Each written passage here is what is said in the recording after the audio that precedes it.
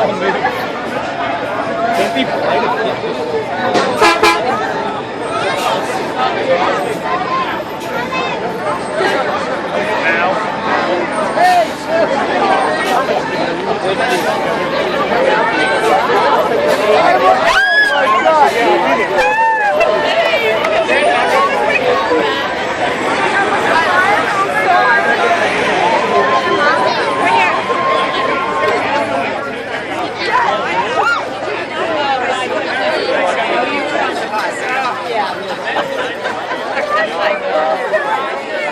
He's right there.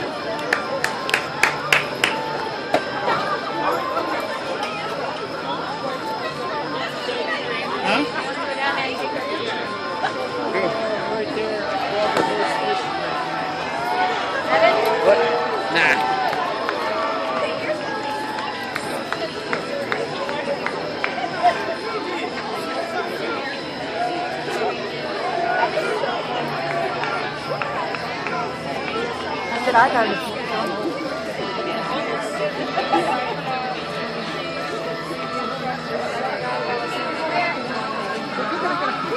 What's going on? You guys had a good week. Exciting. Yeah, I'm sure. Yeah, they're pretty easy. Here we go. That's just and that feels like that was a few months ago.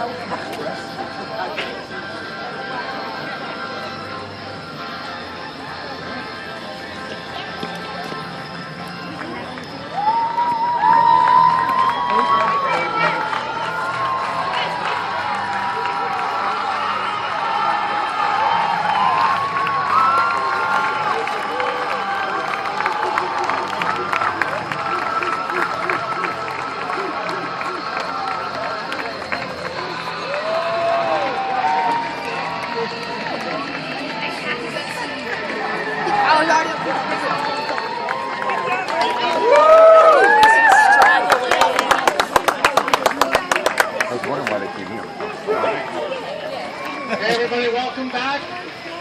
And let's have one more big round of applause for your award-winning KJ.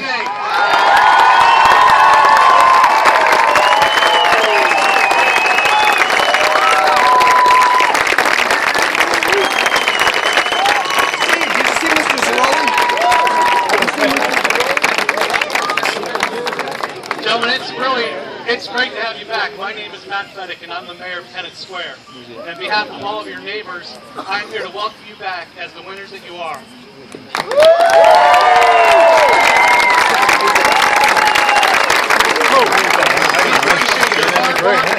Your sportsmanship and the way you represent your community. You did a great job for Kennett Square, for yourselves, and we got nothing but phenomenal reports back about the way you guys stood up as not only great athletes, but true sportsmen who really played the game great, took care of one another as a team, and really stood out among the best of the best. And I am so proud to be your neighbor and as your mayor, just to thank you for being such great men of honor as you come back to Kennett Square as real winners.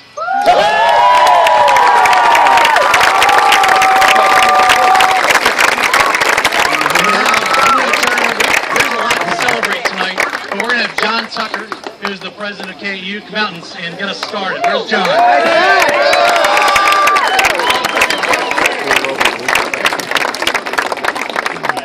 Thank you, Mayor Fedek. Thank you for opening the keys to the city of Kennett Square. It was an amazing ride. I know you don't want to hear me talk. You want to hear these guys. So I'll turn it over to Todd in a moment. But I wanted to thank a very special thank you to KAU Nation for supporting us, and for our embedded reporter, Chris Jarmuth, who's also one of the coaches, and our local reporter, Mary, up there in the scorehouse, for getting the word out.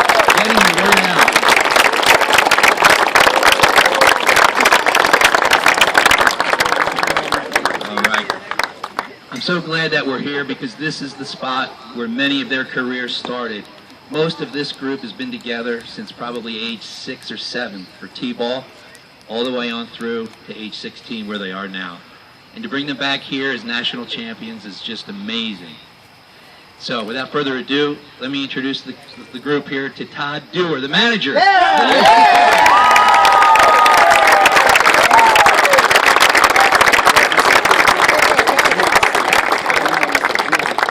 Well, KU Nation is correct. Thanks, everybody. This has been a dream come true for, I think, everybody involved, either on the field or off. As John said, these kids, most of them, many of them started when they were 6. I had many of them when they were 6. And it took us a long time to get to where we are. When I told this story a lot of times along the way, people said, well, how did you get, how does this team, are you sure this team's from Kennett Square? Are you sure you didn't get them from other places? And nope, they're all homegrown, every one of them. And we sat in the shed in December down here, and we said, what's our goal for this year? And we said we want to compete well at the Pennsylvania State Tournament. Well, the rest is history, right?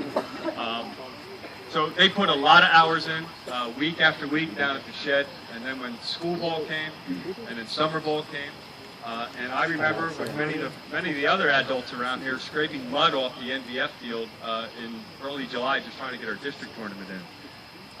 And the rest took off. So I have to tell you, any of the young players that are here celebrating tonight, you could be here one day. We never thought we could, but here we stand. So there's your goal, okay? Keep working at it, but you have to work hard.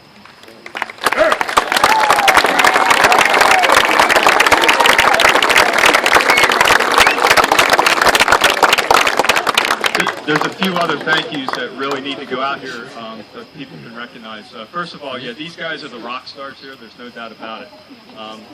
As I often tell people, give me a lot of, they give me a microphone like tonight, and they try to give me credit. I don't take much credit for this. As I tell everybody, I don't catch, run, throw, or hit. I just tell them how I would do it if I could. Okay? But with most successful organizations and the people who run it, they surround themselves with great people, and I have to say that I have top-end coaches that make things work on the field. Once the game starts, I turn it over to Rob Jones and Chris Jarmuth and Mike Peachin, and they make the boys work on the field. They get them around the bases, they tell them what pitches to throw, how to manage the runners, and how to handle counts and everything else. I sit back and I watch. So listen, all the on-field success belongs to those 3 guys. Please appreciate them.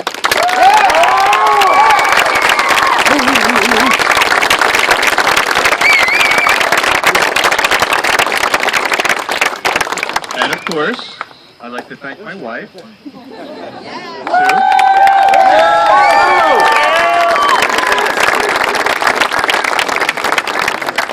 And a couple other things. We've been on the road. We were trying to count this. We've been on the road for about 3 solid weeks.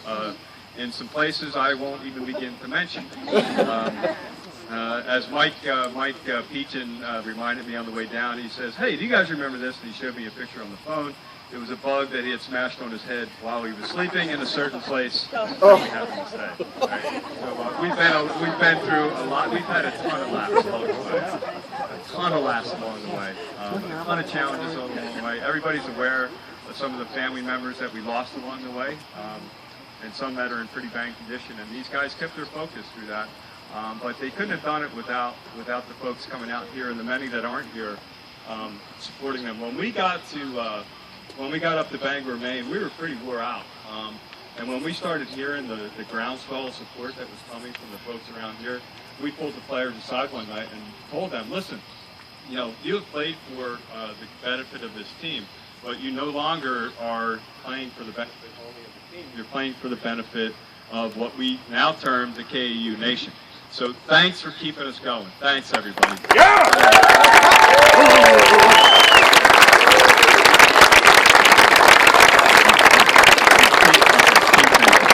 Okay, well, I won't hog this up anymore. I'm going to turn it over to anybody in particular. Can I turn it over to? Okay. All right. Well, I'm going to leave that pleasure to Rob Jones here. Yeah. Rob Jones! Thank you. I'll give you guys a little bit of a flavor for those of you who weren't in Bangor about what it was like. Bangor, Maine. There's a lot of lobster up there. It's really good. Anyway, I'll tell you, there was a lot of very, very good baseball teams there. Obviously, Panama was good. Georgia was a very good team. Texas had an incredibly good team. And our team really stepped it up. I mean, we went from playing in, sectionals, and then even some of the teams in states where the pitching was slow. The pitching is not slow in Bangor. We were facing 85, 86 miles an hour every game. Good curveballs, not as good as what you saw on TV the other night or yesterday, but very, very good. And these guys had to adapt to some different things there too. After the game, going into the media tent, having a lot of media around, doing a lot of interviews, coming out, signing a boatload of autographs, and little kids come up to them all the time. I mean, they signed hundreds and hundreds of autographs while they were up in Bangor, which is different. They're not used to doing that, but they all handle it quite well. They're not used to dealing with the media, and I'm talking there's, 7, 8, 9 reporters all asking you questions at the same time. So a lot of different experiences that they got to handle, and they did it very, very well. One run, one out, one hit away from being world champions, but national champions is quite good. So.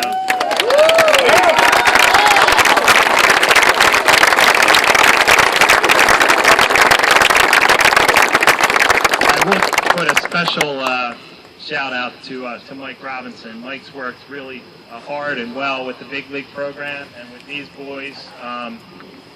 Through most of them played big league this year, and then obviously came for the senior league run and the senior league tournament. Mike wasn't one of the coaches for these guys during this, but he coached them all during the regular season. So a big shout out to Mike.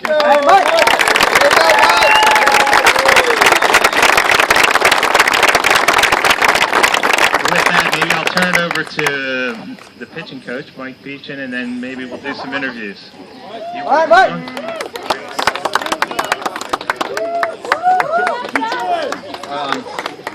I'm just going to say one thing, that what I've learned from these kids, it's been invaluable to watch these guys mature as young men and grow up and handle adversity the way they've handled adversity over the last 3 weeks has inspired me to be a better person, to be a better man, and to be the best coach that I can be for these guys, because they've given it all to all of us coaches. They left it out on the field. You could have seen the dugout after Eric took the horrendous hit, the biggest cheap shot I've seen in baseball in all my years. There wasn't a dry eye in that dugout, and it wasn't because of the game. It was for pure concern for their teammate, and that was their only concern, was their teammate at that point in time. And I get emotional just thinking about it, but it was an amazing night. Rob and I were out looking at Eric on the ground, and dazed and confused, and in the glove behind his head was the ball that he held on to in the violent collision. And it just shows, the competitive spirit that Eric has, but not only Eric, but every single one of these kids in this team has. And I'm just so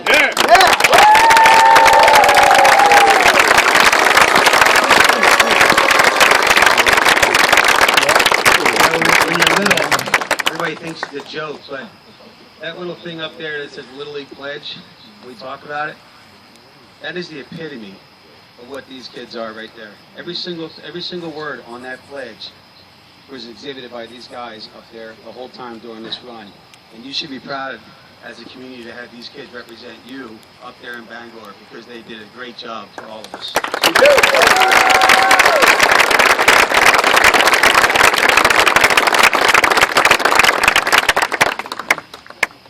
I'm going to introduce the team now. We'll go in batting order. Leading off, Drew Jarmuth.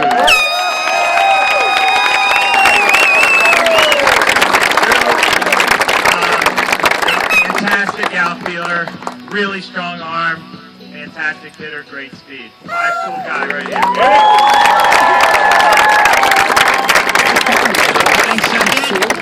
One of our stud pitchers, Alex Peachin.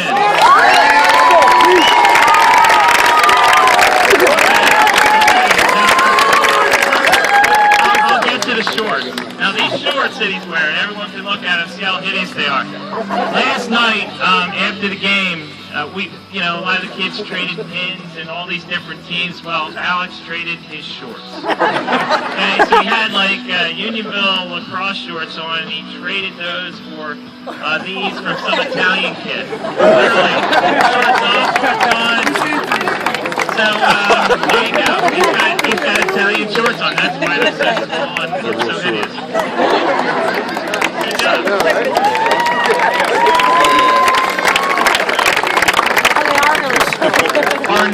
Our normal three-hole hitter, I'll bring him out first, is Eric Dorr. I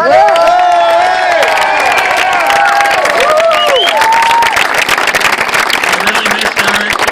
Obviously, the last few games we didn't have him, but he was a warrior the whole time, and we missed his bat, we missed his glove.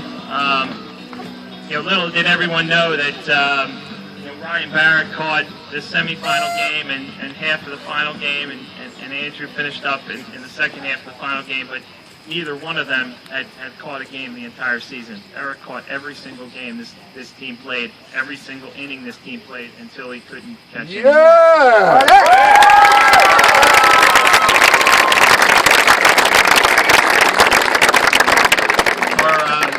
I'll give you our other, I'll stick in the order of our normal lineup, not yesterday's lineup. Batting fourth, Joe Zaroli.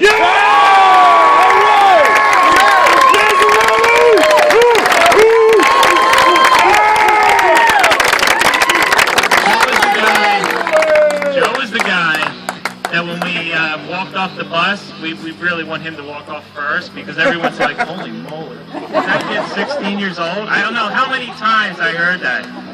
How tall is he? How big is he? So he was the tallest guy on any team that was there, and the biggest guy. Oh no, there was a guy from Italy that was 6'6". You're right. Yeah, although he was thin though. Joe could take him, no problem. Yeah, definitely. Joe, fantastic job. He pitched. He hit real well. He probably didn't hit as good as he would have liked to during the competition in Bangor. Until the championship game, he came up with a huge double.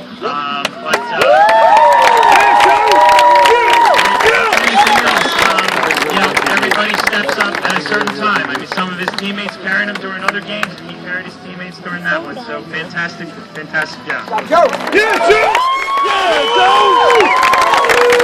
Batting fifth for us was Tucker Reed.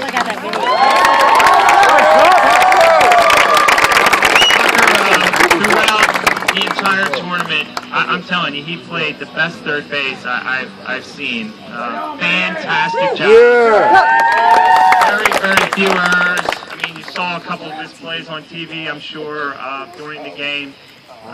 He pitched a little bit for us, not as much as he probably wanted to, but and he hit great. He's really a good line drive contact hitter for us, and provided some protection behind Joe, which he knew that was his job. So great job, Tucker. And sixth, first known as Andrew Jones.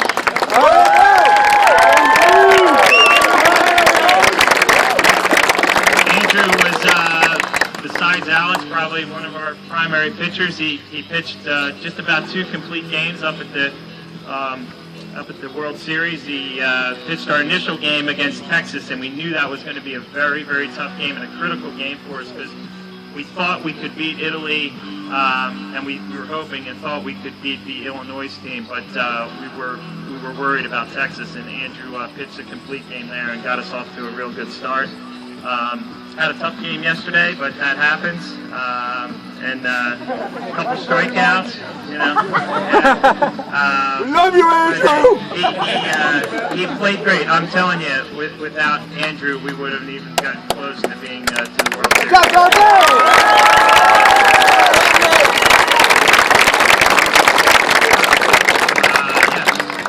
Our execution.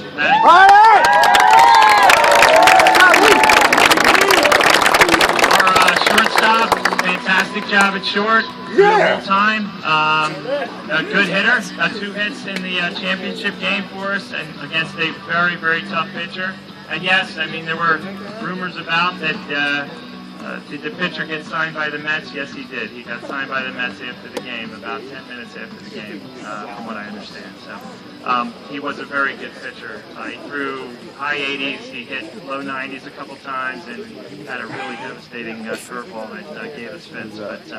But anyway, Eric, great job, fantastic, solid as a rock at short. And a really good. I mean, one of the things we had is we had hitters all through our lineup. So, you know, batting 7th, 8th, 9th, that was nothing. And when we went through our Pennsylvania State tournament, coaches would come to us and say, you know, I can't even stop pitching to your 9-hole hitter because they're hitting home runs. And that was the case. We got production all the way up and down the lineup. Great job. Next is our designated hitter, Dan Garver.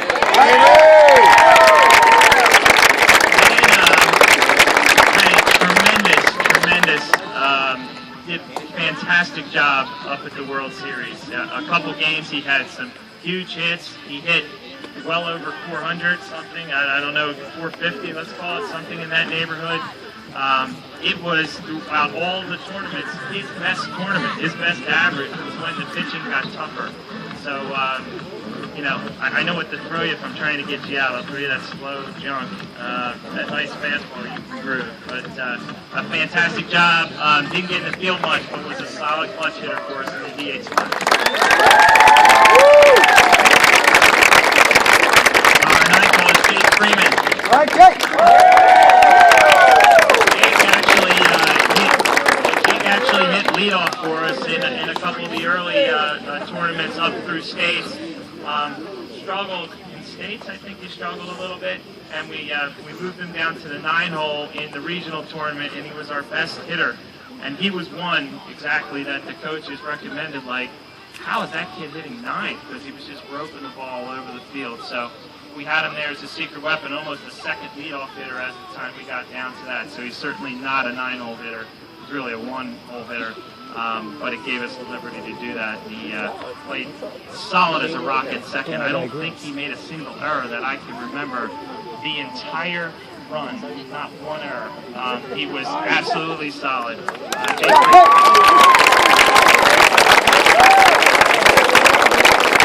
Tucker.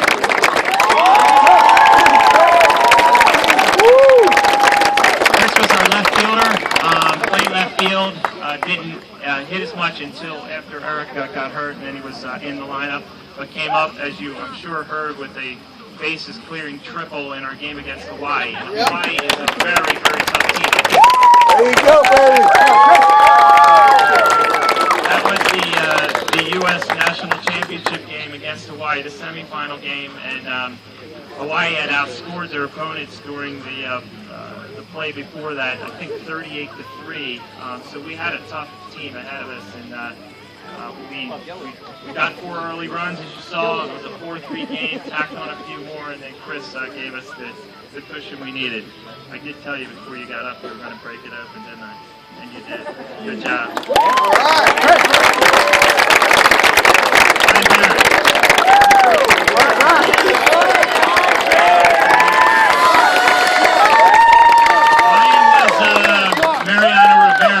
For those of you who know baseball, he was our closer. He closed a lot of our ball games. He pitched and pitched and pitched. So he probably had more outings than most folks, but he would come in for an inning or two, and anytime we needed him. He was our second pitcher yesterday, hence we had to get him out from the catcher spot after 3 innings because he was coming in if Alex ran out of 95 pitches. But fantastic pitcher for us the entire run, and obviously he can play a little third and catch as well. Great job. Johnny Byrne. Johnny, I can't say enough good things about Johnny. He joined us at States. I mean, we had to add Johnny and Seth for the state tour at the state tournament because we lost a couple kids. They had to shuttle back for football for one day for one of the games, and we didn't want to go with only 10 players. But Johnny stuck with us after that. Didn't see the field too much, but I'll tell you, I used him as a pinch runner a lot. He has good speed, really contributed along that front, kept the guys really loose, and was a fantastic teammate to everybody. Great job. There you go, Johnny!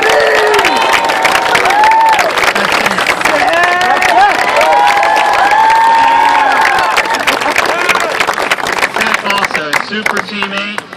Seth's a ladies' man. I didn't know that. I'll tell you what. You know, we're up in Bangor, and everyone's giving interviews, and the girls are just chasing Seth. So, anyway, but Seth, I embarrassed you there, didn't I? No, Seth, fantastic job. Again, got a couple chances at the plate. Super teammate. I mean, for 2 guys, Johnny and Seth, that did not get in the game too much, they were absolutely not 1 ounce of a disruption. They couldn't have been more the opposite. They were fantastic teammates on the bench, doing anything they possibly could do. I'll warm up the pitcher, I'll go do this, I'll go do that. I could not have asked for anything more out of both of these guys.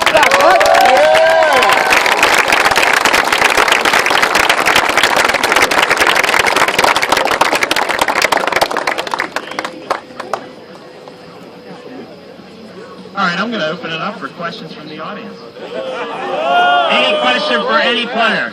Anyone?